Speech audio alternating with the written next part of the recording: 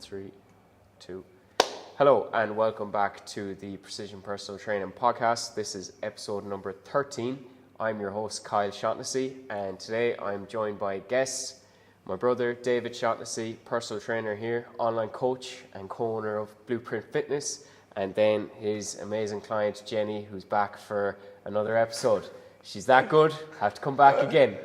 So, guys, do you want to introduce yourself for anyone who hasn't listened to the last episode and might know you?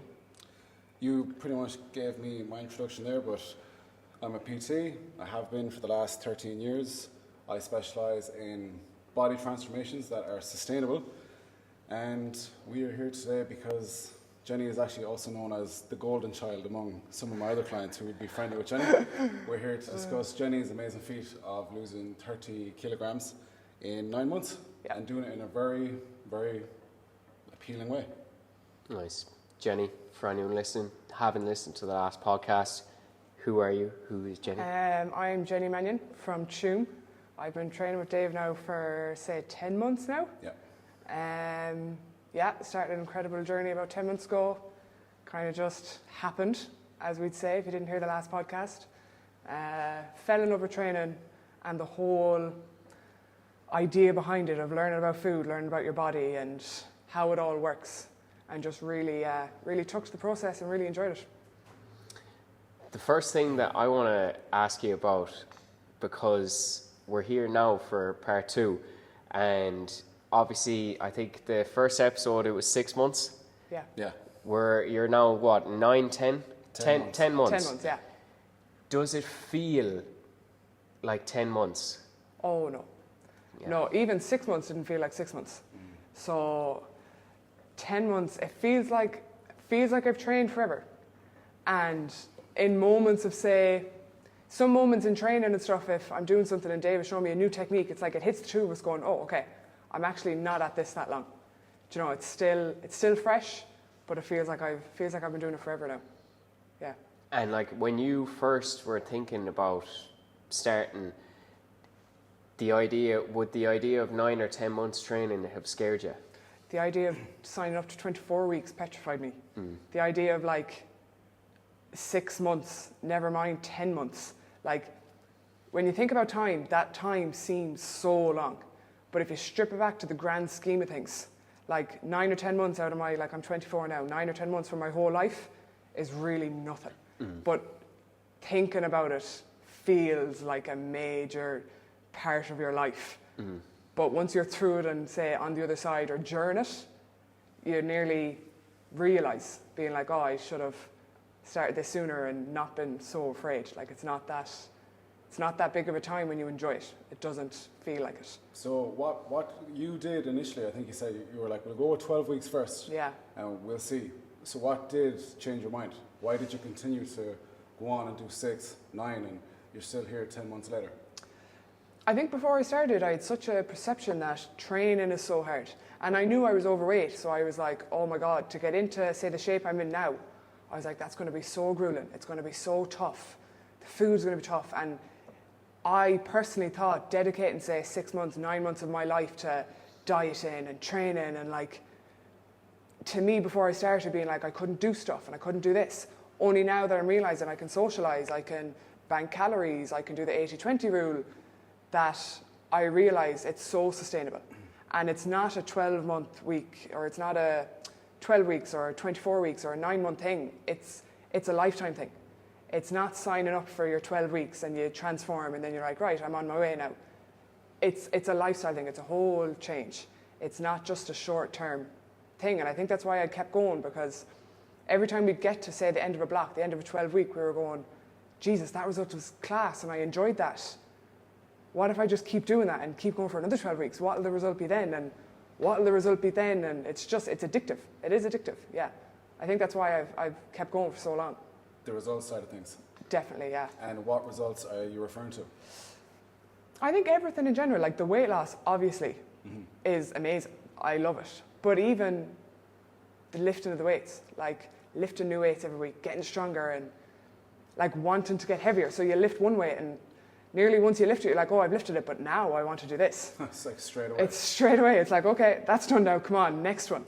So it's kind of the idea of it all the time. Like, because the weight loss happened, now I'm starting to see muscles coming through, and every time I'm coming in, I'm lifting a new weight, or I'm getting a pump on, and you can see the shoulders coming through, you can see the quads coming through. You just want to keep going. You want more all the time. It sounds like the process has been very enjoyable for you. Yeah. And why do you think that? I think it was enjoyable because it was made enjoyable from me and from Dave. Like, there was no pressure put on. Like, I didn't come in here and Dave go, right, you're whatever weight you are, I want you to be this, or the two of us sat down. There was never, like, I hit 30, but that number was never picked. It just happened because about 3 weeks before the 9 month, we looked at my weight and we were like, oh my God, I think I was like 2.5 or 3 kilos off 30. And we were like, shit, if we can knuckle down here for these 3 weeks, we can hit 30 kilos in 9 months. But at the start, that was never picked. It was never going, right, we'll lose 10 or we'll lose 15, or it was never like, right, we're going to hit 200 hip thrusts. None of that was ever stated or ever picked, or there was no, say, end goal in sight. It was just kind of, right, we're going to do this, we're going to see how you get on, and things were tweaked the whole way through it. So it never got boring, it never was like too hard, or I never had pressure to reach an end goal. So I kind of just potted along, continued living life, went on holidays, got takeaways, went out, and just kept living and kept getting results at the same time. So it was made easy. Yeah, and I think that's the beauty of personal training. It's personal to the client. Yeah. Because one thing is that you hear all the time is the unfortunate stories of people getting copy and pasted meal plans and just given, and then it's like off with you. If you don't stick to it, you're shit and you're failing. And if you do stick to it, you'll get in shape. But there is other ways of getting in shape, and it sounds like your approach was very like free, enjoyable, but sustainable as well. Because like you mentioned there, something like it's a lifestyle change now for you. Yeah, 100%. Like, now that I'm nearly in this world of like fitness and food, and I feel like I have knowledge behind it, that I talk to a lot more people about it. Like, you'll see me standing talking to people about food and calories and protein and your steps and all this kind of stuff now. And I think that... Have you developed that from working with Dave? Yeah, 100%. Knowledge? I hadn't a clue before I started. Calories scared me. Like, when Dave... Why? Because I had no knowledge that if I was in a shop and looked at calories, say that it tells you your average intake should be 2,000 calories a day or whatever on most packets of stuff. So like, if I was looking at a bag of crisps or a bar of chocolate I was about to get and it was like 250 calories, I was like, Jesus Christ, there's no way I could eat 2,000 calories a day. And it would just scare me, and I wouldn't look at it again. Plus, you, like the two of us, like everybody here, you're a foodie. You love food. I'd say the idea that of not being allowed food. Yeah, being like, I can't stay away from, like, you can't expect me to not eat chocolate. Yeah, chips, like whatever 100%. I want. Yeah, but I think because I had the flexibility. So every day I didn't follow a meal plan. So it's not like I woke up going, okay, I'm having my bagel for breakfast, I'm having this for my dinner, I'm having this, and it was like eat, sleep, repeat. Every day was a different day for me. If I wanted to have a different lunch, I could have a different lunch. And it's so more enjoyable because if I was really craving more than like the one chocolate bar I'd have in the evening, and I was going, oh, I really want a Twix and it's 200 calories. I was like, okay, I'll have that this evening and I'll work around my food today. I might have less cheese in my sandwich, I might just have less pasta at my dinner or less potatoes. And because I had that flexibility, I could do that. And I could nearly 90% of the time satisfy my cravings. And that was it then. I was within my calories and it was fine.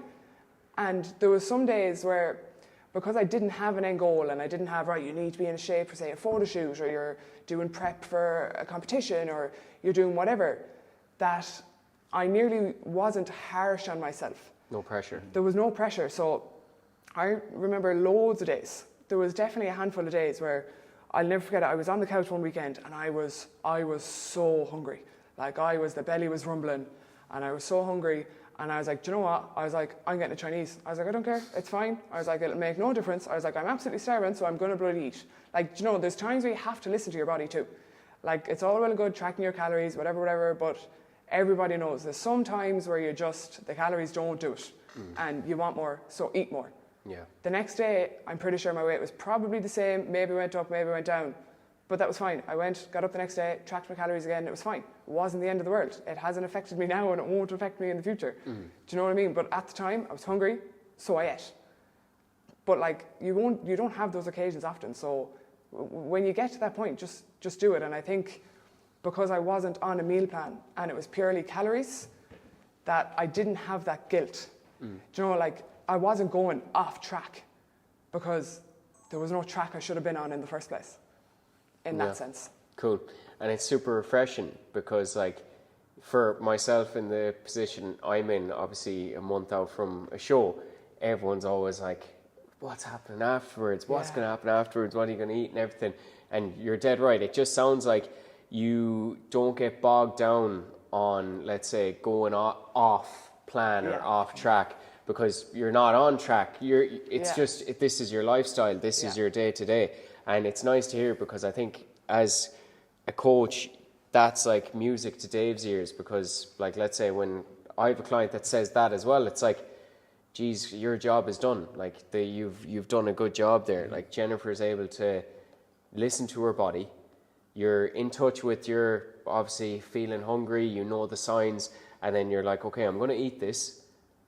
And you're back on it the next day. You're not, because we were talking about your post that you had up yesterday. Basically saying one bad meal, like, it's not gonna throw you over the edge, like. No, but it's not even a bad meal. No, it's not. Just you're listening to your body there, and you're getting back on it. It's not like you're stopping the gym, stopping movement, stopping walking. Do you know, going hammering 10 pints after that now. Do you know? Because you have to. I think there's a massive difference between like when you're tracking and you're on a cut. Yes, you're hungry, but like I explain it to a lot of people that like. Do you know, like sometimes when someone will turn around being like, oh, are you hungry? And you're like, oh, like I could eat. Do you know, you have a bit of, like you could fit food in, you're not starving. That's kind of what you feel like on a cut all the time. Like there's a bit of hunger there, but like you're not starving. It's tolerable. It's not that bad. Plus, I also try to tell people, if you're hungry on a cut, it's good. Yeah. That's actually a good sign because a lot of the time people are like, oh, I'm on a cut, I'm not losing weight. Are you hungry?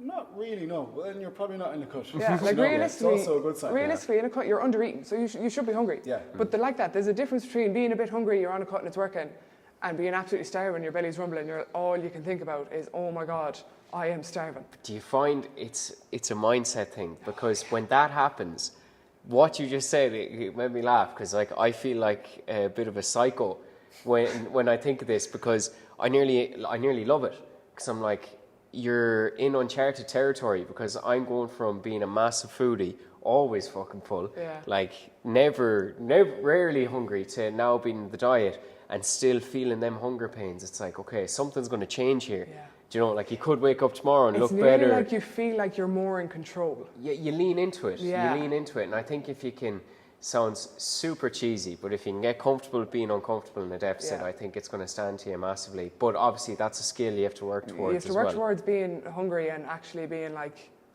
really hungry, as in you're not eating enough. Yeah. Like it's a fine line. Yeah. But when like that, I was doing it for say 6 months of it. So you learn your body, like you learn your cues. You know when you should eat and when you shouldn't eat.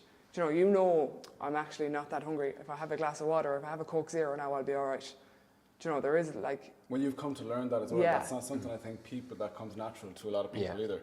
I think that comes with probably a little bit of time and practice. Yeah. But like it is a good thing ultimately if you're trying to lose weight that you are hungry, because imagine we didn't have any technology, apps or scales. What could you go off? You have to go off with something within. You feel, and hunger is a good sign. I suppose we just try and like time it in a way where it suits to be more hungry. Correct. Say throughout the day where you're a little bit more busy. Yeah.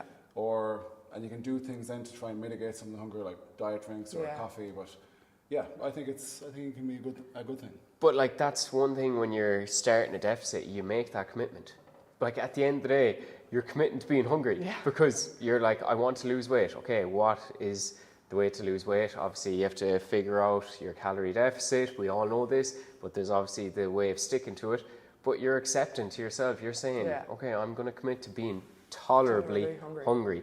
But did you find that because the way Dave laid it out and his approach, obviously when people hear, like, let's say the calories you could be on, or let's say if you're in a deficit, they're like, oh my God, I couldn't do that. But obviously metabolic adaptations occur. So like you obviously started off at higher calories. Yeah. They were slightly brought down under Dave's watchful eye. Then they're brought down again. Your body adapts. You get used to it. You don't need the calories you were on before. Like, let's say, just to throw arbitrary figures out there, you're on 2.8 when you start off with Dave.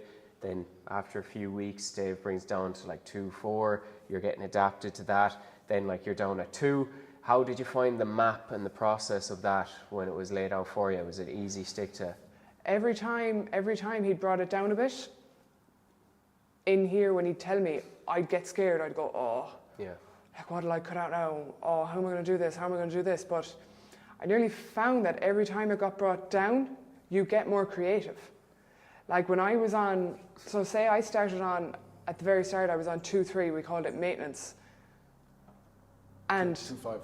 2.5 at first, then we brought it down to 2.3 then after a while, because I complained. I struggled that I couldn't eat 2.5. Which is something else to touch on. Yeah. Sorry, girl. No. yeah, I regret that. But I find, but it's nearly exciting because you're bringing it down a bit more, so you're going, okay, like this is gonna start rolling again, like, because you get to a point where your weight kind of stalls a bit, or it's not going down as fast, or you get used to it. So maybe at the start you're like that, you're that bit hungry and whatever, but then you get to a point where you're finding, oh, I'm not that hungry anymore, or there is signs when you bring it down. So it's exciting, but like you're committed to it. So I didn't mind. I'd always come in the next day going, yeah, grand, solved it, I know what I'll do. But like I had very staple meals in my day, and I work 10 hours a day. So you said earlier, like it's great to kind of plan your meals around hunger, like when you're working. So like I'm on my feet all day, every day. So to me, I have a lunch at 10 o'clock, 10 or 11 o'clock. I might have a yogurt on my second break, and if not, I'll push it off before I go to the gym. So realistically, I was only having like one meal in like a 10-hour frame, but it suited me because I love eating at night. Like I'm such a foodie. So when I got home then in the evening, I'd be sitting down for 2-3 hours. I could eat my snacks. I'd have my dinner, I'd have my snacks, might have my yogurt before the gym, after the gym, and I'd be so comfortably full going to bed. The hunger going to bed is a big thing, and I didn't want that. Whereas I could deal with a bit of hunger during the day. I'd have a Coke Zero, I'd have more water, I'd have massive lunch. So it was fine. Like it was very much embrace it. Like don't be scared of it when they're cut. You found out there what works for you doing that. Yeah. Whereas we know some other people, they might need to eat a little bit more throughout the day because otherwise the cravings and the hunger is actually too much at night time. Jenny had the discipline to stop, like to actually eat her snacks and whatever she wanted within her calories. Yeah. But for a lot of people who wouldn't have the same mindset as you, because you're a psychopath as well. I mean, take it as a compliment. A lot of people would struggle with that in that sense if they were not eating too much throughout the day, and the cravings and the hunger is too much at night time, where that's where a lot of people tend to overeat. That's where the individualization comes into it. I'm middle of the day, I'm starved because like we're up early and in bed early, so like at night time I'm wrecked. I don't want to be eating, so middle of the day there, that's where like I feel it. I'm like, holy crap, I am starving at like 12 or 1 o'clock, and that's when I'll have dinner. But then that does me then for coming in for evening clients. And it was actually Sean Fitz touched on that on one of his Instagram posts. He was posting like about his deficit.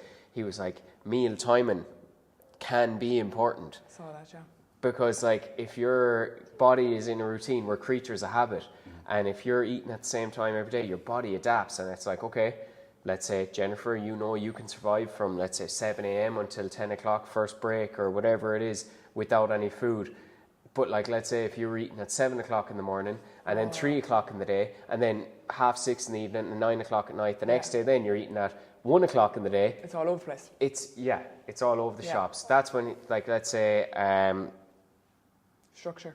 The 3DMJ, the pyramid, meal timings at the bottom, or meal timings near close to the top. It's the second one But from the top, it shouldn't be forgotten about. Yeah, it is really important because it suited me to eat late in the evening because I'd have the best part of my food to eat in the evening. I'd have a yogurt, I'd have my dinner, and then I'd have, say, my bag of crisps or my chocolate bar. And then sometimes I might have to have something else because I'd have a bit of calories left over if I had a low-calorie dinner or something. But it suited me because I'd be full afterwards. So it'd stop the binge eating or it'd stop the overeating because if I ate more, I'd feel sickly full. So I was like, I am full now. I don't need food. Yeah. It kind of... Again, though, that's... I'm sorry to cut you off, but again, that's you being Yeah. in tune with that. Yeah. Whereas a lot of people aren't in tune and you're enjoying your meals, you're probably very present in that moment. Whereas when a lot of people do that, they tend to not be very present. And it's almost like they have it and then they only realise after what they had. When the biscuit's nearly gone. Yeah. Oh, shit. So if you're watching TV or something, you're just there like Yeah. constantly, you don't even realise. Yeah. But so that comes down to you being very, like you're tracking things and we're measuring data, but you're also very in tune with yourself. It's like, I just want to say the triple threat, but like that's only two things. That's only two things. We'll find the third thing There'll later. be something else. How did you develop that? I don't know. I think I very much just have that mindset with whatever I'm doing. So like, I think I've kind of had it most of my life, even with working.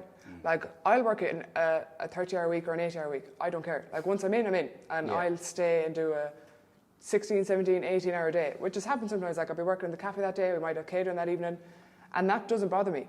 Like, I think I just kind of have that mindset of, right, if this is what's happening, this is what's happening, and we'll do it. And I just switch on. I wouldn't be one for nearly bullshit or like self-pity or, anything like that. I'm not about it. I can speak to that. Yeah. Nearly emotional in a way. Like I wouldn't be like sensitive or emotional. I'm kind of just black is black and white is white and just do it. Do you know, that kind of way? I'd be very switched on or say switched off, like whichever way you want to look at it in that sense. But again, you have freedom in that, and it goes back to Jocko Willink. Discipline equals freedom.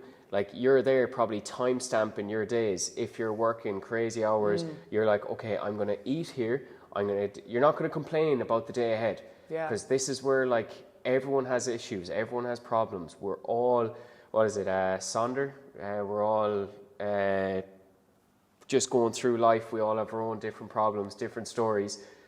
You're there. You could be working 80 hours in 1 week. You're time stamping your meals. You know, okay, I better eat here. You probably have a food shop done the Sunday before that Monday.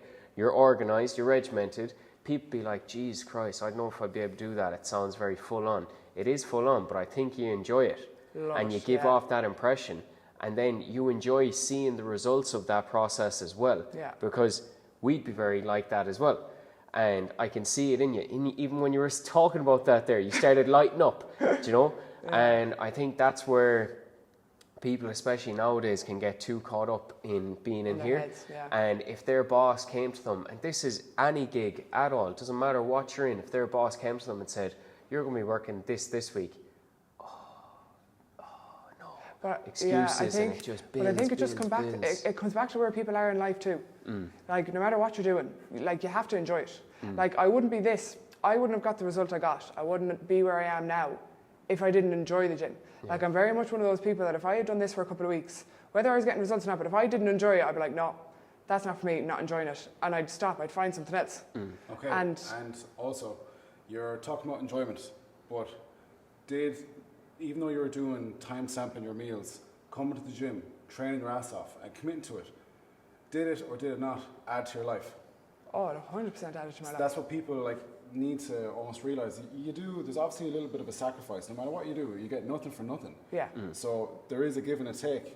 But your life, would you say, has it improved? Definitely improved, yeah.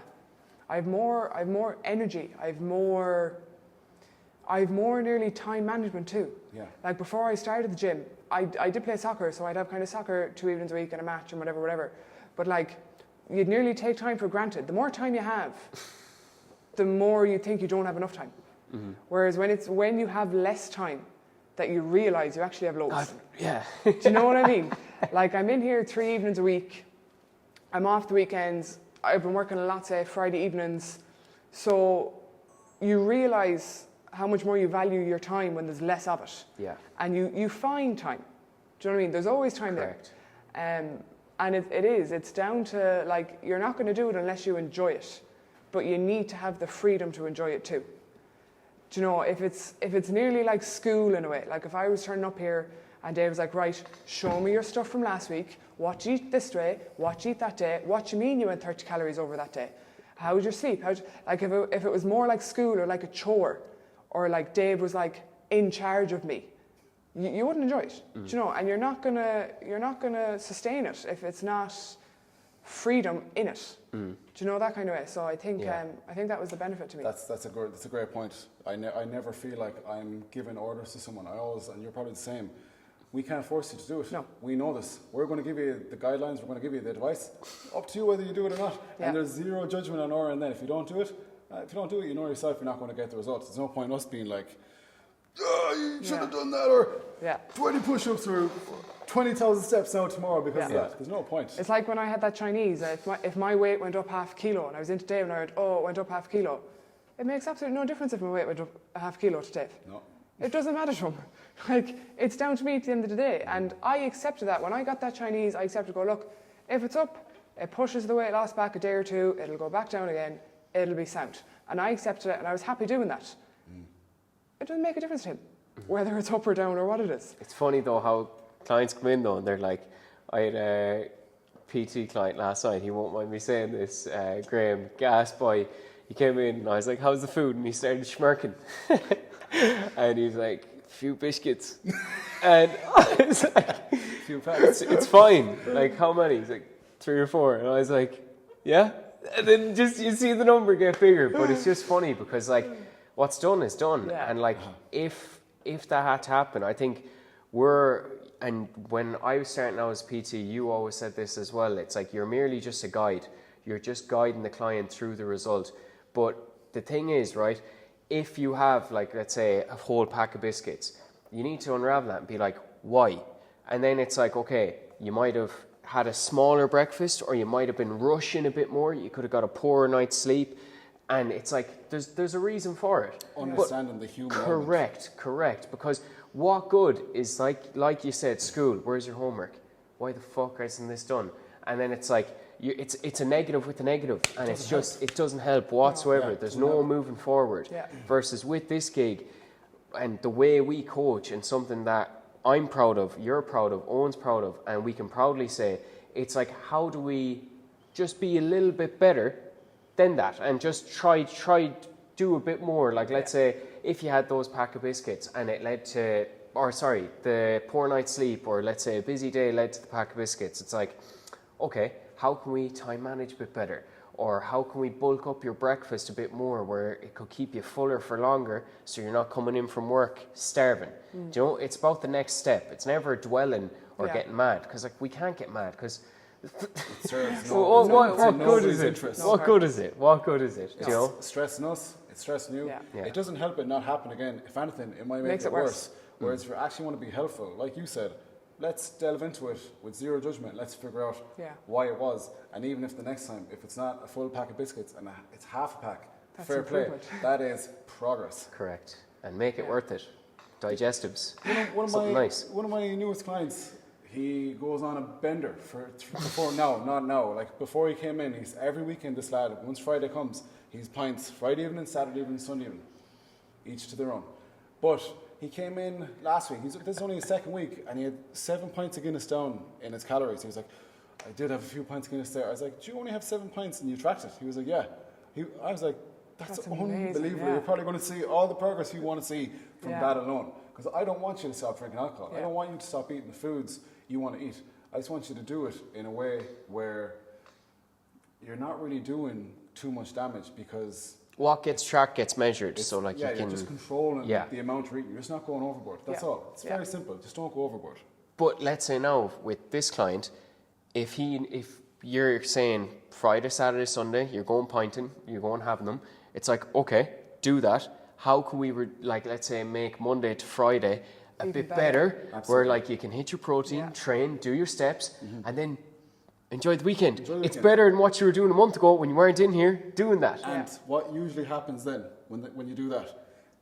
the client themselves, usually, they themselves want to reduce the Correct. amount they're drinking at the weekend because they're seeing Results. and they want to see more. Yeah. But one thing I find from training, and a lot of clients start to develop this, and Joe, you're saying there with like learning how you, like your time, you value your time. It's just getting more routine and regimented and kind of using the same principles you get from a result. Like let's say progressive overload. You know, you do a small bit more than the last day in the gym, you'll start to see results. Yeah. I have a client who literally would tell me he'd come in and have zero money at the end of the week. And I'd be like, okay, what do we do in the gym each week? We try do a little bit more and maybe we calorie bank for the weekend. So I was like, why don't you just start saving €20 a week? Comes to me at the end of like 8 weeks and says, whatever, 20 by 8 weeks is what, 160 quid. It's like 160 quid there sitting there now. And then he's like, I actually upped the standing order or direct debit to €50. Yeah. Now €200 at the end of each month. So you learn and develop those principles. Like money is very like the same principles you apply to training and a result. And life in general. Do you know, anything you give time to, and you don't have to go 0 to 100 fucking... Doesn't work. No, exactly. Relationships, Yeah. anything. You give a little bit of time, a little bit of loving consistently over time. Yeah.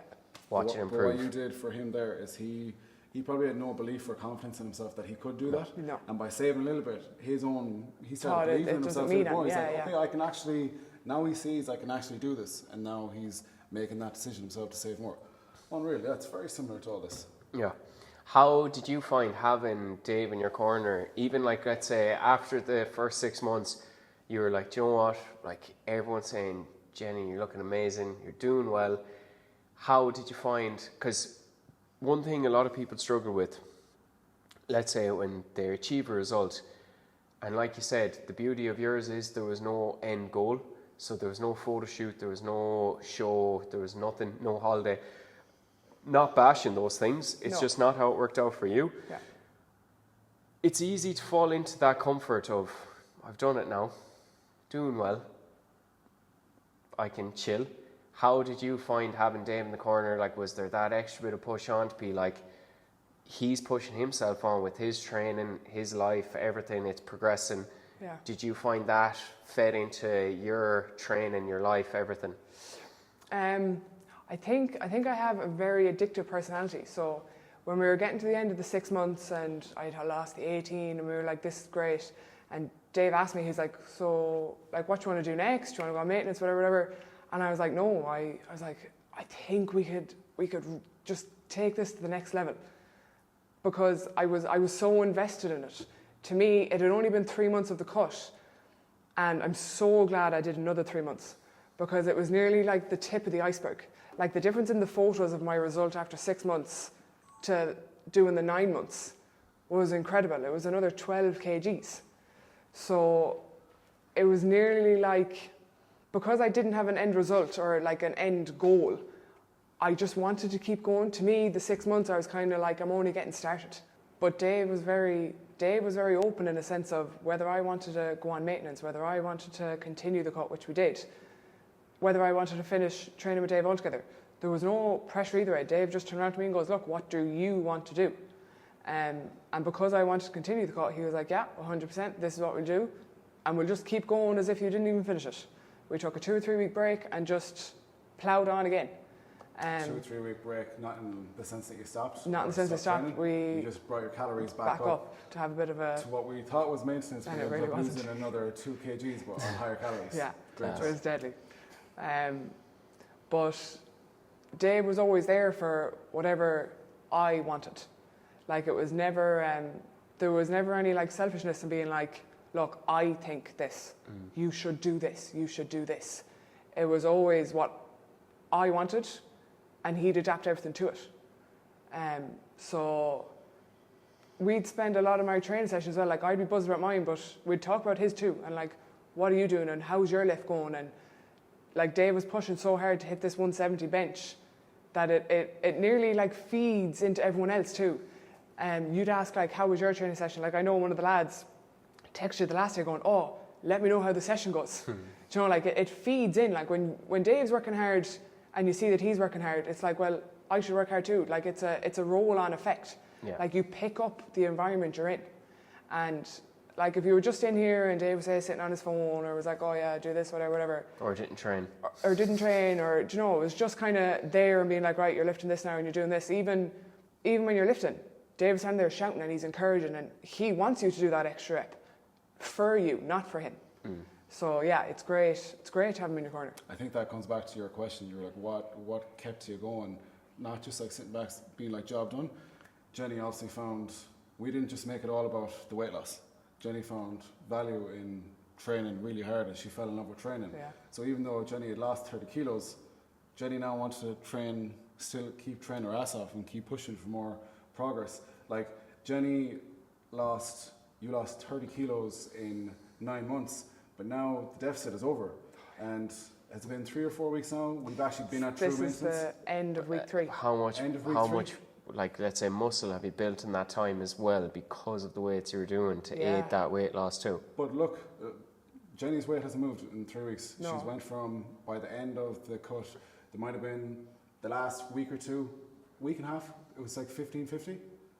1550 for the last 2 weeks, yeah. For 2 weeks, but then prior just to for that final push. Yeah, for those 2 weeks. But then before that was like 1750. Yeah. And I think some days and the weekends, at the weekends I went to 2000. Yeah, they went higher. Yeah. But we brought Jenny's calories from that right up to 2.5, 2.6. 2.6, yeah. 2.6, and her weight hasn't moved in the last 3 weeks. It's been the exact same. Exact same. Beautiful. Yeah, I even had Dobros last night and my weight went down. So it's going fantastic. Yeah. Yeah. But that's a good sign to show that the scale isn't the be all and end all. Look at, like, let's say your progress pictures, like, let's say even being able to enjoy that meal last night with everyone around, it was probably a good buzz, and then you step up in it and you're like, geez, the scale actually is down. Yeah. If you were stressing about the scale the next morning, your scale weight probably would have went up. 100% would have went up. Stress. Yeah. Yeah. No, it's so nice now, say on maintenance calories, I'm living way more in the 80-20 rule. Like, because I'm not in the deficit, I don't care what the scale says. I'm purely standing on it to make sure that I'm on maintenance and that I'm not overeating.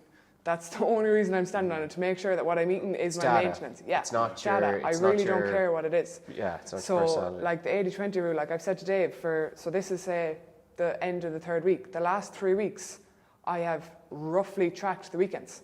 Like, there hasn't been, on Saturdays and Sundays, I've tracked, say, up until lunchtime, and then I'm either going out for dinner, I'm getting a takeaway, I'm having an ice cream, but I'm doing it in a way that it's smart and it's okay. Like, I've tracked consistently Monday to Friday. I'm leaving, say, 1,000-ish calories every Saturday and Sunday for dinner. If I have a bit extra, I have a bit extra. It's not going to be the end of the world. And the way it's worked is my weight has fluctuated within a kg. So after the weekend, I might be in and around a kg higher, but it's all water weight. So then from Monday to Friday, I go back to tracking, and it's right back down where I started on Saturday again.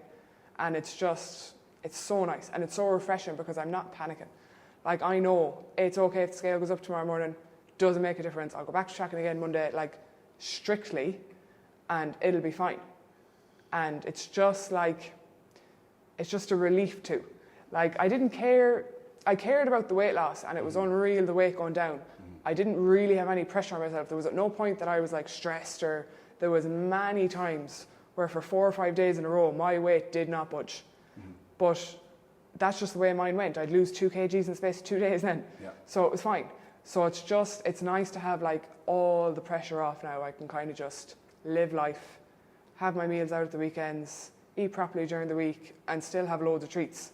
And maintain your result. And maintain the result, which is unbelievable. That's the beauty of it. Yeah. Like, the last thing we want to do, the reason we do take the approach we take, is so that you can actually maintain this afterwards and still be in a very good spot. So to hear that is, it's music to my ears. Yeah. It's great to hear. But we knew that all along with the approach you were taking, how happy you were. You're saying taking the pressure off. The pressure that was really never there in the first place. It's just as good to hear. Not pressure, but say the niggle in the back of the head. Like, I didn't have pressure. And like Dave will vouch for this, I never really, not that I didn't care, but I never really come in being like, oh, it's not moving, and oh, this, and what about this, and should I drop my calories? And there was never any of that. If it stalled, I'd come in and be like, oh, I had dinner late last night. was working late, so I didn't get enough sleep, and being like, oh, wait for it now, I'll be 2 kgs lighter at the weekend. Like, it was all so chill, but that's because there was never pressure. And because of that, I kind of just nearly sailed through in a way. Yeah. And it just all the pieces of the puzzle just came together naturally. Well, you didn't let it consume you to the point where it was going to make you who you are. Like, you're not. Jenny, like when you walk into Niche, you're greeted with the, well, what's the story? Like, you're still a great person. You're a great person to be around. And I think one thing I've noticed from obviously doing bodybuilding prep is, like, regardless of result or anything like that, it's like, at the end of the day, I'm still Kyle Shaughnessy. Exactly. You're still Jennifer Mannion. You're still David Shaughnessy. Like, this fitness is only meant to go hand in hand with your lifestyle. It cannot consume you. No. Like, imagine if you were in behind Niche there and you were like on a meal plan, you had these nice treats in front of you, you had people coming in greeting you, and you're like, what you want? Yeah. It was never that. Do you know? And I think the approach we take here, where it's like, let's say, it just goes hand in hand with you. It goes hand in hand. It's supposed to develop you and improve you as a person. It cannot consume you. Yeah. And I think it's unfortunate because it can happen to people. And I feel sorry for them because it's not how it should be. No, I can speak to it. It happened to me. I was definitely guilty of letting fitness consume me when I first started out, when I didn't have the skills or the tools necessary to be dealing with what I was dealing with, and I definitely shouldn't have went cutting and bulking straight away. Like, you know, you were touching on photo shoots and prep and all that stuff.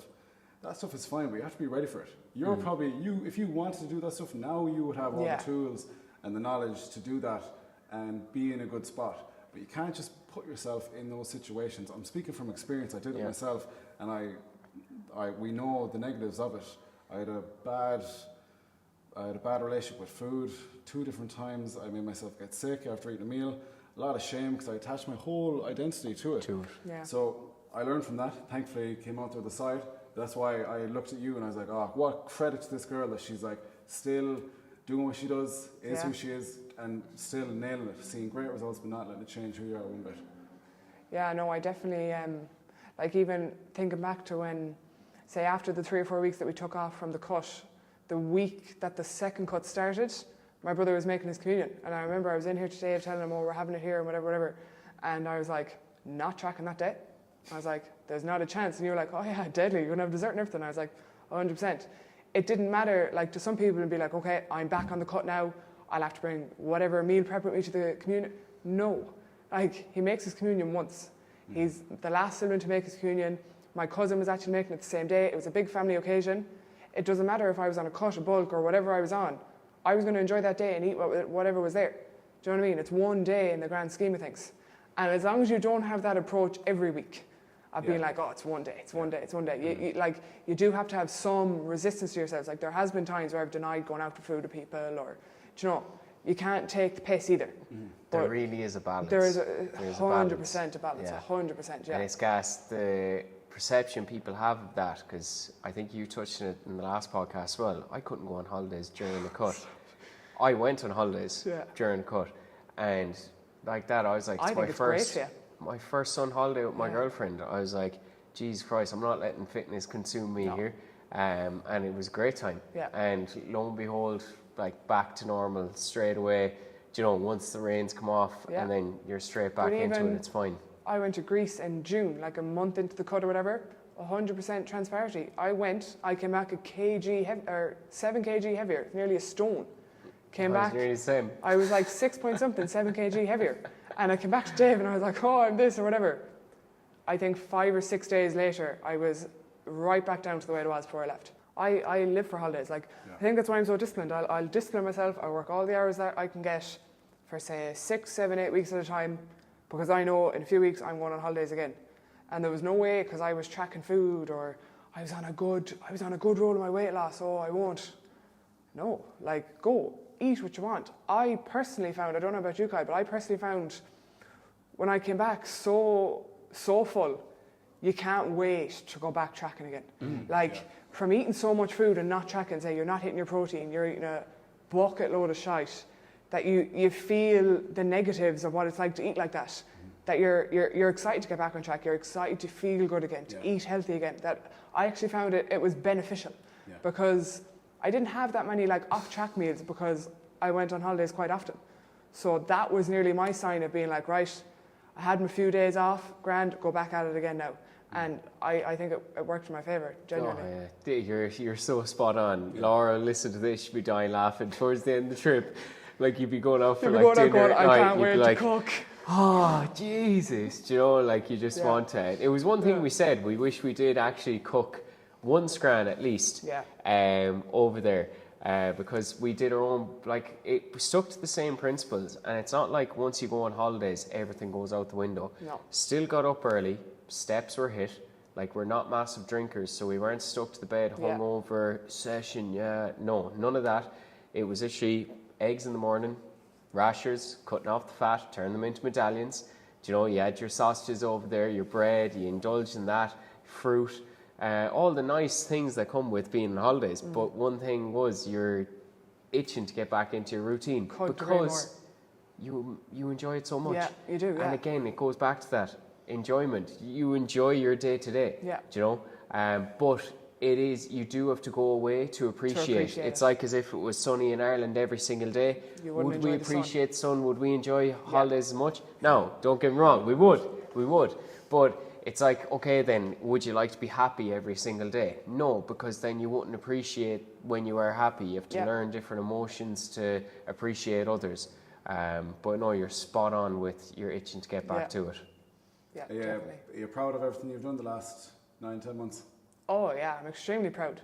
I also think I'm naive in a sense to the fact of what I've done in 9 months. I think so, yeah, I would agree with that. Because, like, I get a lot of compliments, I get a lot of praise, and I'm going, oh yeah, it's grand. And a few weeks ago we were at a match or whatever, and one of my boyfriend's friends turned around and he was like, oh, like, you look great, whatever. And he goes, oh, you probably hated it after like 2 weeks, and was like, oh, fuck this, or whatever. And I was like, no, I was like, it was actually grand. And he was going, oh, is it not like pure hard and this? And I was going, no, not really. And you know, like, I get a lot of that. I get a lot of people being like, oh my God, you're so disciplined, and oh my God, you're so this. And from my point of view, I've said it to Dave so many times, I'm like, but it hasn't been that hard. So I do think I'm slightly naive to it. I think sometimes you confuse hard, but you enjoy it. Yeah. And because you enjoy it, I don't find it that, But it doesn't mean what you did wasn't a tough thing to do. Yeah. You lost 30 kilograms. You lifted some serious weights. You came in every week, never complained. Some days you came in, you would only tell me at the end of a session, you're like, ooh, I wasn't sure how that was going to go because I was fairly goose today. I felt sick or something, but like you would never tell me or let on, and you would still push on. So you did a lot of things that were tough, but you just you think it's easy because you enjoyed it. Yeah, maybe that's the key thing to it. Yeah, I think so. I think you're a super present person though. Do you know, like you never let it consume you. You never let it be part of your personality. Yeah. Like you're super present, like even like overhearing like what you'd be at for the weekend or something like that. Like you're unbelievable at knowing where you're going, and you're like, okay, like Gary, we're planning for this, and then we're working towards it, and that's it. And there's no bullshit. There's no like, let's say, oh, will we, won't. It's like, we're doing this. This is happening. This is what I have to do to work towards it. This will be my routine for the 6 to 8 weeks. Still on holidays.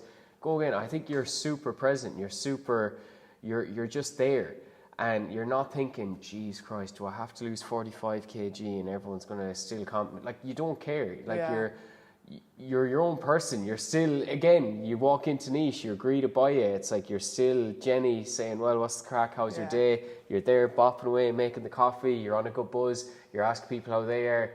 It's just you haven't made it part of your personality, or you haven't let it consume you. It's only been part of your personality. Yeah, I think that's just like a mindset thing. Do you know, it's like just being confident in yourself, or just knowing who you are. Yeah. And I think I'm just one of those people now. I've been through what I've been through, experienced different things, and I'm just like, I know who I am, I know what I want, and that's it. There's no shit around it. And like, I think also, like, I'm fortunate in a way of that Gary did this whole thing alongside with me. I wasn't at home meal prepping, having my dinners, and Gary was going getting supermarket and Chinese. Like, Gary was also on a cut. Gary was training hard. So it was our lifestyle thing. Like, we'd wake up at the weekend and we'd be like, right, okay, we'll go for a walk first thing Saturday morning because we'll get our steps in first. we'll go do the food shop. Like I think it was easier for me too that we were in it together. And then Sarah and Jason, who we'd spend most of our time with, are also in it together. Yeah. So like even last weekend, okay, I'm out of my cut, but Gary was still in his cut, Sarah's in hers, Jason's on maintenance. So we were like, right, what'll we do that'll suit us all? And it kind of just, your surroundings matter. Like I think if I was going home and Gary was going, oh, I think I'm going to get a pizza, or if I was making, say, a homemade taco fry, and I saw Gary putting a rake of cheese and a rake of sauce and having garlic bread on the side, or that'd really have an impact on me. But because I was doing it, people around me were doing it, and it was the perfect environment to be in. Perfect environment to be in. Yeah. But you have to put yourself in that. Like if people True, people aren't on board, don't have them around. Like you can't. I couldn't blame. Say it didn't work out like that for me because Gary wasn't on it, or Jason wasn't on it, or Sarah, or whatever. I can't blame them. No. Do you know, it's down to yourself too. But it helps. It helped that they were also at that. Yeah. 100%. Yeah, the environment and the people around you when they're on board just makes it so much easier because your willpower is not being tested. Yeah. If Gary wasn't on board and Gary was still going about his habits that he had maybe this time last year, and he was getting takeaways or whatever, I'd have more second thoughts. Some days you'd be like, exactly. Some days you'd be like, no, I'm good. But other nights you'd be like, oh, God, today it was tough. And you'd just find it a little bit more. And you might, your willpower then might fall short on those days. But we were there then to push each other on. Say one of us had a weak moment. Like say I was like, oh, I have to get up to cook dinner. I had Gary there to go, come on, no, we're going to cook. Do you know, I didn't have anyone there to kind of, to pick me going, oh, will we? Or, do you know? So it definitely benefited, but I also have to think you have to take control of your own situation. It can't be, you can't blame others either. Do you know, I was just beneficial that I was in a good surrounding during this. Big time. Yeah. Shout out to Gary, Jason, Sarah. Sarah Blix. Something I had a question turkey burgers. Turkey burgers, no veg. Something I had a question for you as well. Has your body image improved? 1,000%, yeah. 1,000%. Yeah, 1,000%. I think I'll say 90% of the time. Like nobody is ever, it doesn't matter if you're like a supermodel, nobody ever has 100% days where they think, oh, I look Tom. No one ever has those days, and you'd be lying if you said you do. Everyone has insecurities. Big time. Like you can't look at yourself at the end of the day. Like I couldn't have come home last night, had the Dobros, had the pizza, you know, had prosciutto, had ice cream, and come home swelled being like, oh, I'm looking at myself like, come on, I'm after eating all day long. Do you know, there's a time and a place, but definitely, like I see old photos of myself now and I'm like, whoa. But I think that's beneficial too. Like it's beneficial to look back. Do you know, when you're having those slight doubts or you're having whatever, they're the times where you look back and go, right, you have come a long way. Look at the difference. But no, like I'm definitely way more confident. Way more confident. I'd never go around in shorts before, or, you know, like a string top. I'd be in jumpers and tracksuits all the time. Didn't matter what the weather was like, I was covered up. Just as a self-conscious thing, whereas now, love life. I'll wear shorts and t-shirts all day long. Nice. Yeah. That's good to hear. But that's because like you're comparing yourself to who you were last year. Yeah. You're not comparing yourself to the girl over there. On Instagram. Correct. No. You're reflecting back on what you used to wear, what you used to look like. The selfie you just showed us of yourself back then. You're like, wow, because at the end of the day, it is literally you versus you. It That's doesn't matter about anybody else. Yeah, No. exactly. No. Nice. From being a niche, you've come into contact with hundreds of people and coming into it every day, and people are all seeing you change, and then they're expressing to you their own issues with nutrition and training, and they're like, "Well, what is your secret? Like, what are you doing?" From what you've seen with people, what do you think from the client's perspective? What do you think people struggle with the most, that they just can't get a grasp on this thing?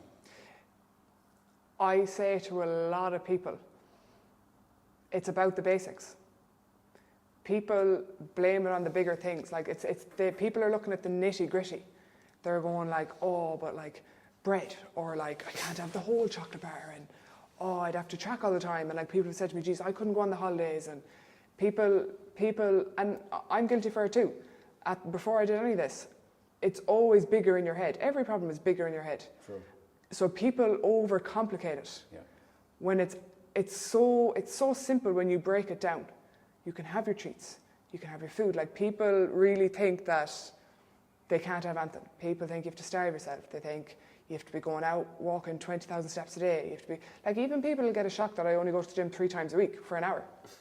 Like, they're going, you're not going like 5-6 days a week. Like, everything, people think a lot of things are extreme or nothing. They're missing the middle ground of the simplicity. Do you know? Find your calories. Find the foods you like. Like, they have to be, find the balance, incorporate it. And it's not all about weight loss. Like, I'm pretty sure that if 90% of people just went, they found their maintenance, and even if they ate their maintenance, their whole body composition would change. Like, they mightn't lose a whole lot of weight, but if they found their maintenance for a couple of weeks, started going to the gym to build a bit of muscle, they'd tone up a bit. And I think that's what people want, rather than losing 20, 30, 40 kg. I think people just want to see a change in themselves.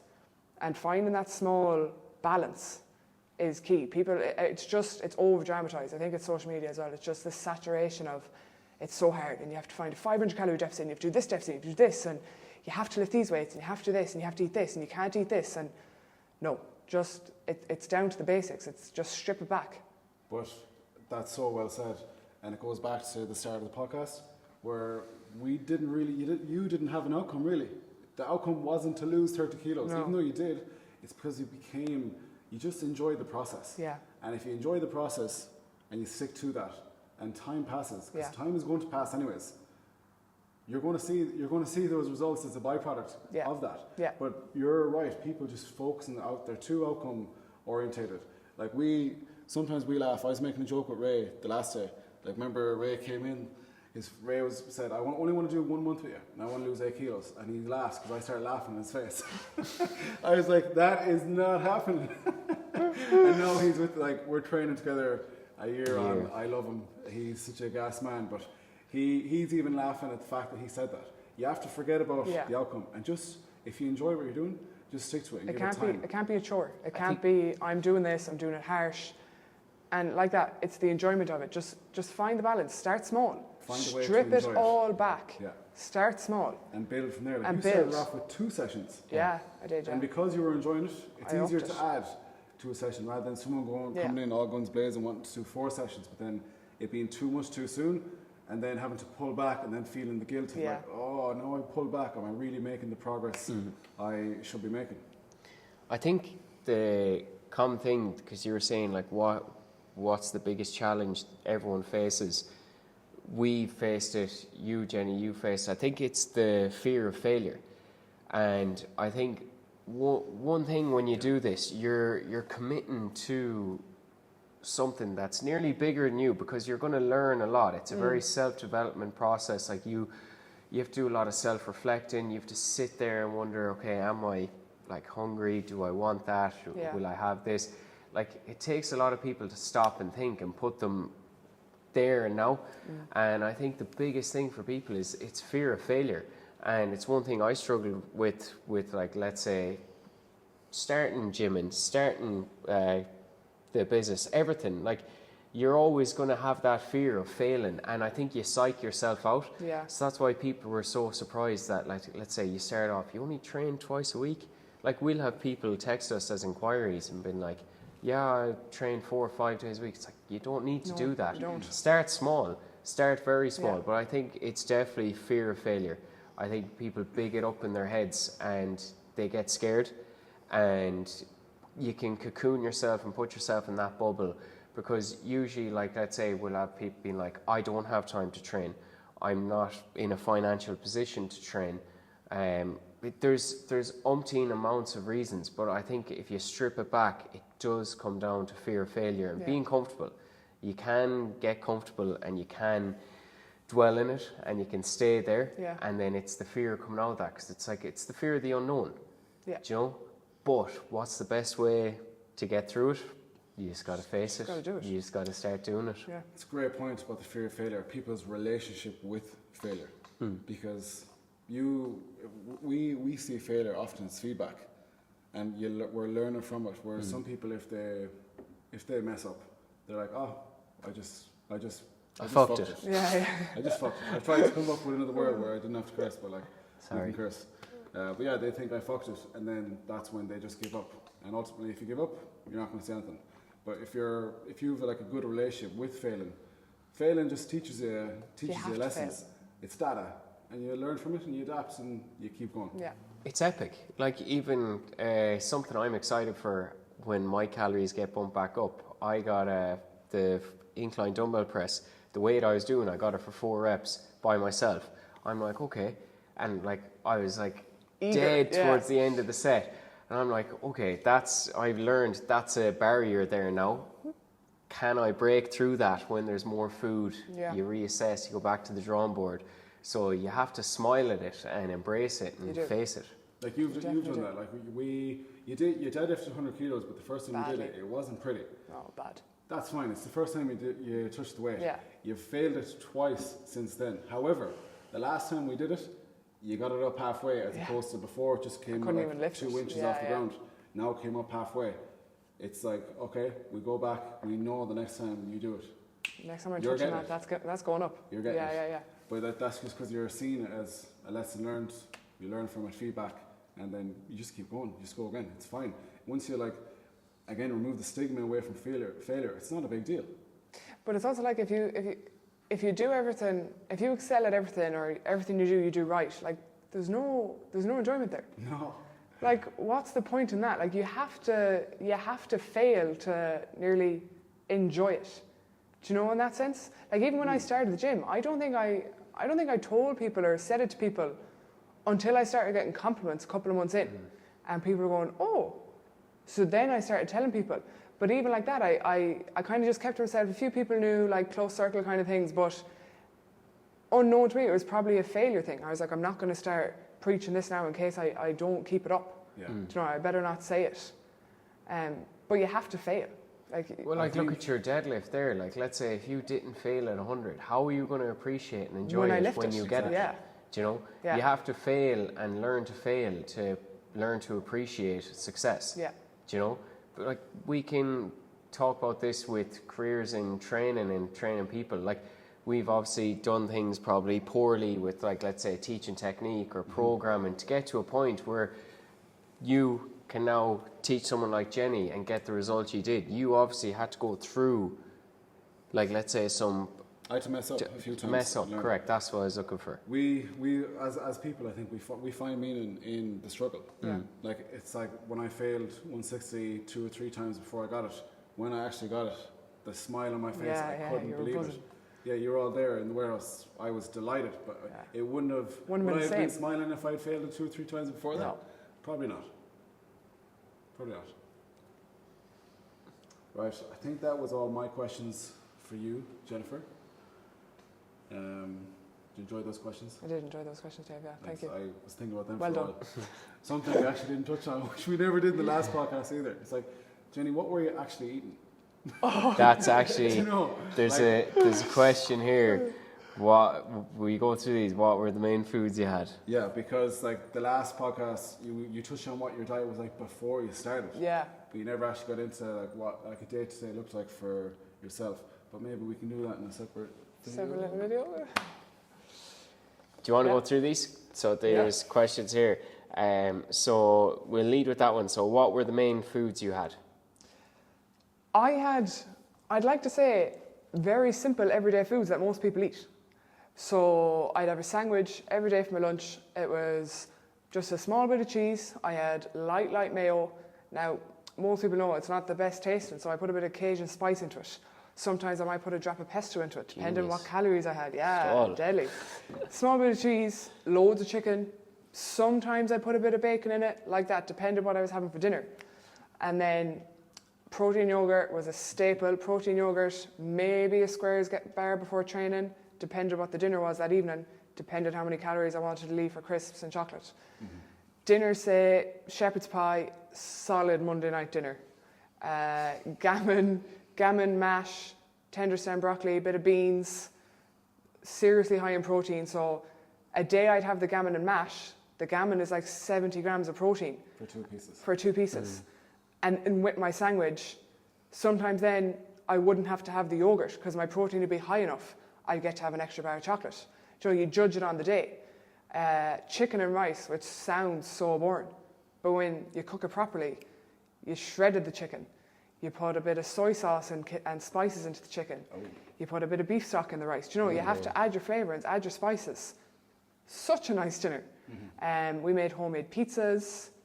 What else? Like tacos. Your taco fries, steak and potato gratin, maybe crispy bacon on top, Unreal. maybe not. But again, going back to it, you obviously, let's say, would you have been that good, like let's say with cooking pre all this, like you've obviously given time and you've progressively overloaded your skills in the kitchen, you could say, to improve your food. Like you've given that time, you've been like, okay, I need to. Like the meals weren't that nice at the start. Do you know, maybe the chicken and rice was didn't bland know, and we didn't know. You gave it time to improve your education. 100%. It's like you gotta just slow down 100%. and be like, okay, let's say add an Cajun spice so that Iron Light mayonnaise. Yeah. Like you wouldn't have learned that if you had the plain bland Iron Light mayonnaise. You're like, hey, how could I make this a bit better? You know, so class. Like a staple was a Supermax on a Friday night. Oh boy. Unbelievable. Depending on the calories, depending on what I was on the time, depending on how many I'd left. Like the grilled chicken burger, the chicken tenders. Sometimes I'd go all out and have a curry cheese chip or a taco fry. Like, you just have to judge it. But like every evening, me and Gary would say, right, what are we taking out for dinner tomorrow? Right, whatever we took out, that's what we're having for dinner. My sandwich was always the same. So I'd have that in my MyFitnessPal straight away. I'd put in the dinner and say I was at 1,100 calories. I'd see what my protein would be at, okay? I'll have to have the yogurt, put that in. They're staples, they're what I have to have. I'll hit my protein, and then it's all about what calories are left. The days I'd have shepherd's pie, I'd have my sandwich, a yogurt. I nearly always had like 400 calories left. On a cut, it's unbelievable to have 400 calories left in the evening. I'd have like 2 biscuits, a bar of chocolate, and a bag of crisps. Unbelievable. Like there was some days there, if I was working late in the evening, if we had catering with work or whatever, I was like, right, I'm not going to have time to cook a dinner or whatever. You'd have a chef in a box or a fit food. Obviously, you're not going to have them all the time, but they're so handy for the convenience. So turkey and ham, really high protein. I'd have my sandwich during the day. And I knew, I'm not going to be home till 11 o'clock tonight. I'm obviously not going to sit down and have treats then in the evening. So I'd have a chocolate croissant in the morning and work. A chocolate croissant on a cut. But I knew I could do that. I'd have the food tracked. I'd see what I had left. And then that was it. And just stick to it. Work it out throughout the day. But like, I tell people that all the time. People are coming in going like, oh, like, what are you eating? What are you this? And what? I'm eating normal food. Like, none of that food is like diet food. Sounds gorgeous. I'm still eating that food now on maintenance. It's tasty food. It's tasty, nutritional food. There's a mixture of nutritional food and stuff that just tastes good. You're following that 80-20 rule. Yeah. And it's just if you're on a cut, you're just reducing the portion size. Like now, if we were having spaghetti bolognese on the cut, which we did, now when we're having it, we'll do a bit of garlic bread. Do you know, you add the bit of extra to it. On the taco fries, you'll have extra cheese, you'll have extra sauce. Do you know, you're just adding to the dinners. And it's the same then when you're on the cut, you're just stripping it back a bit. Instead of having 250 grams of potatoes on your shepherd's pie, you're having 200.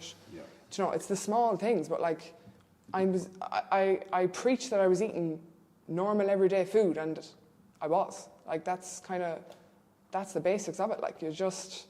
Yes, we're going to have to get a camera crew following you around. To make sure I'm eating it. Yeah, exactly. People won't believe it. Before you get into the questions, 2 people got on to me. They said they have no question. Celia Davin said, just super well done. You look amazing. And Dean Ward said exact same thing, and he said you should be super proud of yourself.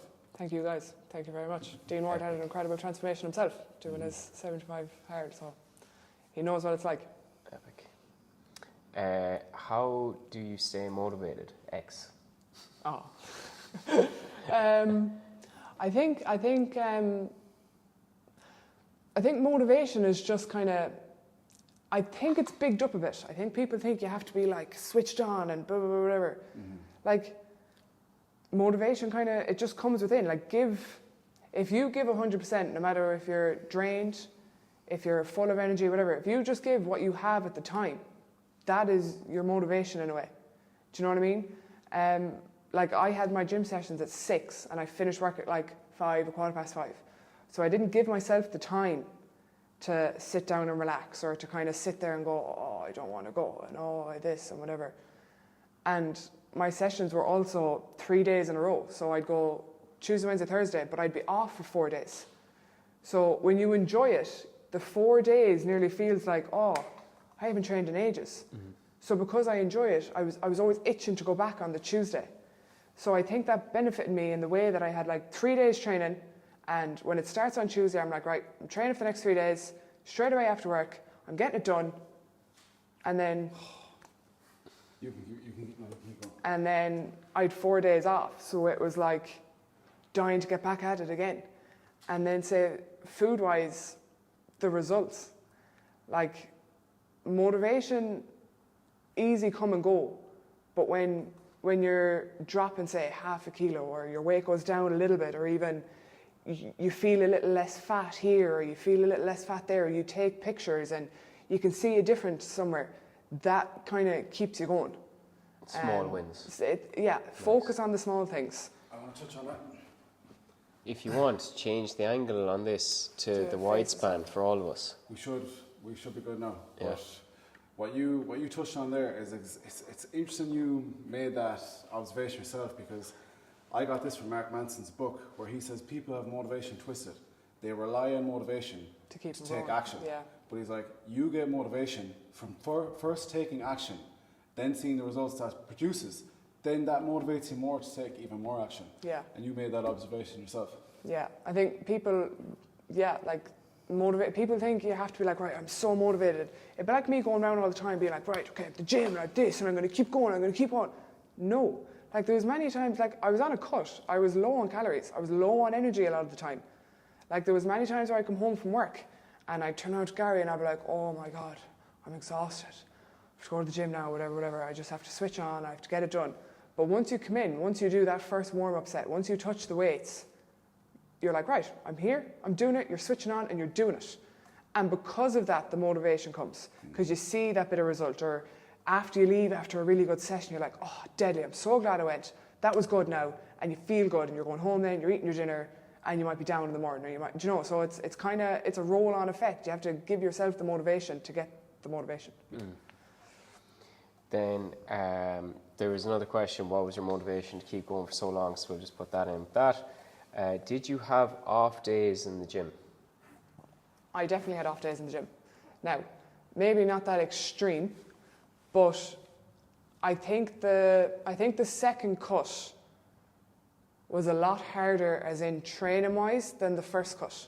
So in the first cut, I was still constantly lifting a new weight every week, nearly PBs in every set. Like, I was thriving. I was like, this is deadly. I'm not feeling the effects of the cut on my training at all. I was like, this is class. But I think when we rolled around into the second cut, I felt it in certain lifts at certain times. Like, there was many times where I'd drop the weights and I'd be frustrated, like the shoulder press. I had just managed to get the 20s up. I think the max I got them up was for like 2 and then 3 at the start of the second 12 weeks. But then by the end, I think I had to drop down to the 15s because I was fatigued, I was low on food, and they just weren't going for me. And I had to accept that and go, it's okay, I'll get them again. We'll just keep going with what we're doing here. They'll come again, and not get like bogged down on it.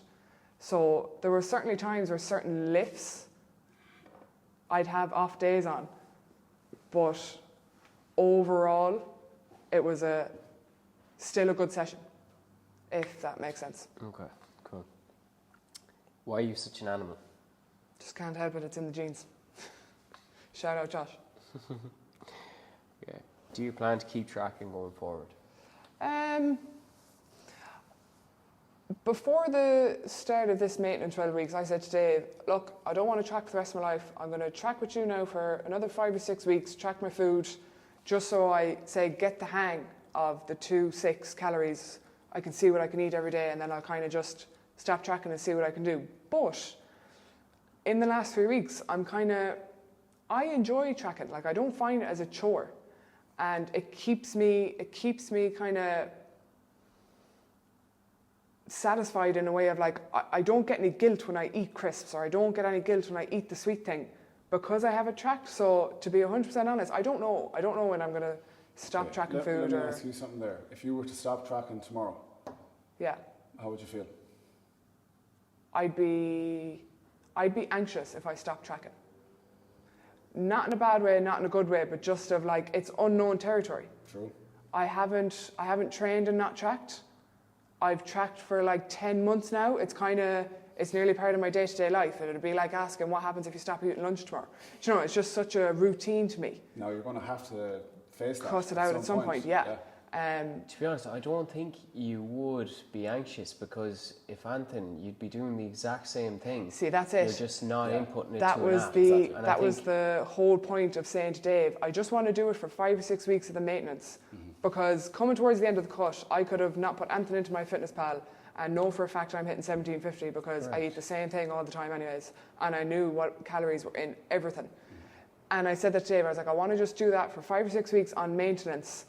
To just, like, it was 1,000 more calories, and 1,000 calories is a lot of food. So I wanted to just get into a routine of eating that, seeing what's in everything, so that I could be confident then going on, knowing what I was eating on maintenance and doing it. Yeah. But what you said was it's the fear of the unknown. Yeah. So how did you face that 9 months ago starting in the gym? Just did it. You did it. So it's getting turned around on me here. So basically, nothing's going to change. Yeah. Not tracking. You still enjoy the foods you eat. You're going to still keep eating them in the same times you are because you're not changing job, you're not True. changing country, you're not changing the type of person you are. You're literally just taking the app away that has helped you get there, and it's just a tool. Yeah. And you're just going to keep Cruise the on. sustainable approach again. Yeah. And you're going to embrace the unknown. Yeah. Yeah, because ultimately, calories are obviously extremely important. But you can't implement what you need to implement with your calories if you don't have habits in place. True. And you have the habits in place. Very true. Very true. No boy. Then it's gas. Was there any guilt when having cheat meals? You touched on that. No. No such thing as a cheat No meal. such thing. Correct. Did you have a strict meal plan during fat loss? Absolutely not. No way. Is cardio a big part of training? It was and it wasn't. At certain periods it was. So for the first cut, we brought cardio in fairly early on, but in the sense of making sure I hit a certain amount of steps. And I did that. I was hitting my 13,000 steps a day. But it was a steady thing. So when the weight kind of slowed down a bit, nearly we looked at it going, right, do we cut calories? Do we up steps? It was a steady thing. So towards the end of both cuts, cardio was quite high. I was kind of going for long walks. I kind of did a bit of jogging, a bit of running, maybe a bit of cycling, and I implemented that every day. But I still, now that I'm, say, on maintenance, I'm still making sure I'm getting my steps high. Like, it's not an excuse either to just kind of lounge around being like, hey, it's done now, I don't have to walk around anymore or whatever. Like, it's a habit now. So you still have to keep moving. You know, it's still a part of the whole process. Now, cardio and steps, we wouldn't view them the exact same way. Yeah. So aside from steps and going for a walk in order to achieve that, how many cardio sessions were you actually doing? In the gym, none. Is that, what? How many cardio sessions were you actually doing? You're Like when you're going None. on a bike or going on a treadmill, how many days would you have done that throughout the process? After the gym sessions for maybe 10 or 15 minutes So- in the last 4 weeks maybe of each cut. No Stairmaster for 2 hours a day, 7 You will days a week. never What the catch fuck? me on a Stairmaster, I can guarantee you that. So the cardio you were doing was for 2 to 3 days a week at 15, 20 minutes at a time for the last 4 weeks of each cut. Yeah, Cool. Separate steps. separate steps, okay. And then last question, what are your current goals with training? What crazy weights are coming soon? Become an animal. Oh, become an animal. I think I just want to lift big in everything. I want to be strong as fuck, and I want to just keep going. Like for example, I hit a goal of hitting 200 kg on the hip thrust when I got into my maintenance phase. I was like, when I get into my maintenance phase and I'm fueled, I was like, I'm coming for that 200 kg. And I hit it 3 weeks before the end of my cut. So I think I have goals, like I want to hit a 100 kg squat. I want to finally rep out those 20 kgs for shoulder pressing. I want to get my bench up. I want to improve all around. I want to lift crazy weights for everything. I don't want to be like a one-trick pony where I'm like, right, okay, my hip thrust is class, and I'll just tell everyone about that, and I won't really worry about the rest of it. I want to equally be an animal in all my lifts. Yeah, fairness. And you already are pretty strong. And you do the three main movements, which would be deadlift, squat, and bench, and you do those quite well, a lad, as well, for someone who's been training. As long as you've been training, zero experience prior to Jenny's 9-10 months here. Thank you. So lifting some serious weights, and there will be some serious weights lifted. I don't doubt you're going to hit those targets. Oh, neither do I. No, neither do I. It's going to happen, Yeah. It's just time. Give it time, and it'll come. The golden child, everybody. That's it for questions. Nice, yeah. Nice. Cool. Jenny, thank you. Dave, thank you. Thanks. So, that was epic. We hope you took a lot from that. Do you have anything else you want to touch on or anything like that before we finish up? I want to say thanks to the boys. I wouldn't be here if it wasn't for you guys, so thank you. Legend. Thanks yourself. 'Cause you were an absolute pleasure to train. Still are. It was a great. We're not done yet. We are not done yet, but you were an absolute pleasure as well. I think it takes two. Yeah. I think you need to come in with your attitude, I come in with mine, and that's why we buzz off each other so well. Yeah. You're coming in with the right attitude, so am I. And it's just a good time. It's a good environment. We're working hard, we're having fun. Yeah. So that's been a lot of fun for me, very enjoyable. Deadly. I think the biggest take home is embrace the fear of the unknown. If you are on the fence about getting coached by anybody, listen to us, anybody. If you are afraid to take that plunge, and like Jenny, I think it's something that you can look back on and be like, I wish I started sooner. Oh, yeah. But I think you'll be forever grateful. Like we'll be forever grateful for you coming on doing this podcast. But I think if you are afraid to start anything, please just take a small bit of action. Take that initial first step and just watch. Make it easy at the start. Make it sexy, make it appealing, make it easy, and just get started and you'll be truly happier. But other than that, thank you for taking time to listen and watch this podcast, and we will catch you in the next episode.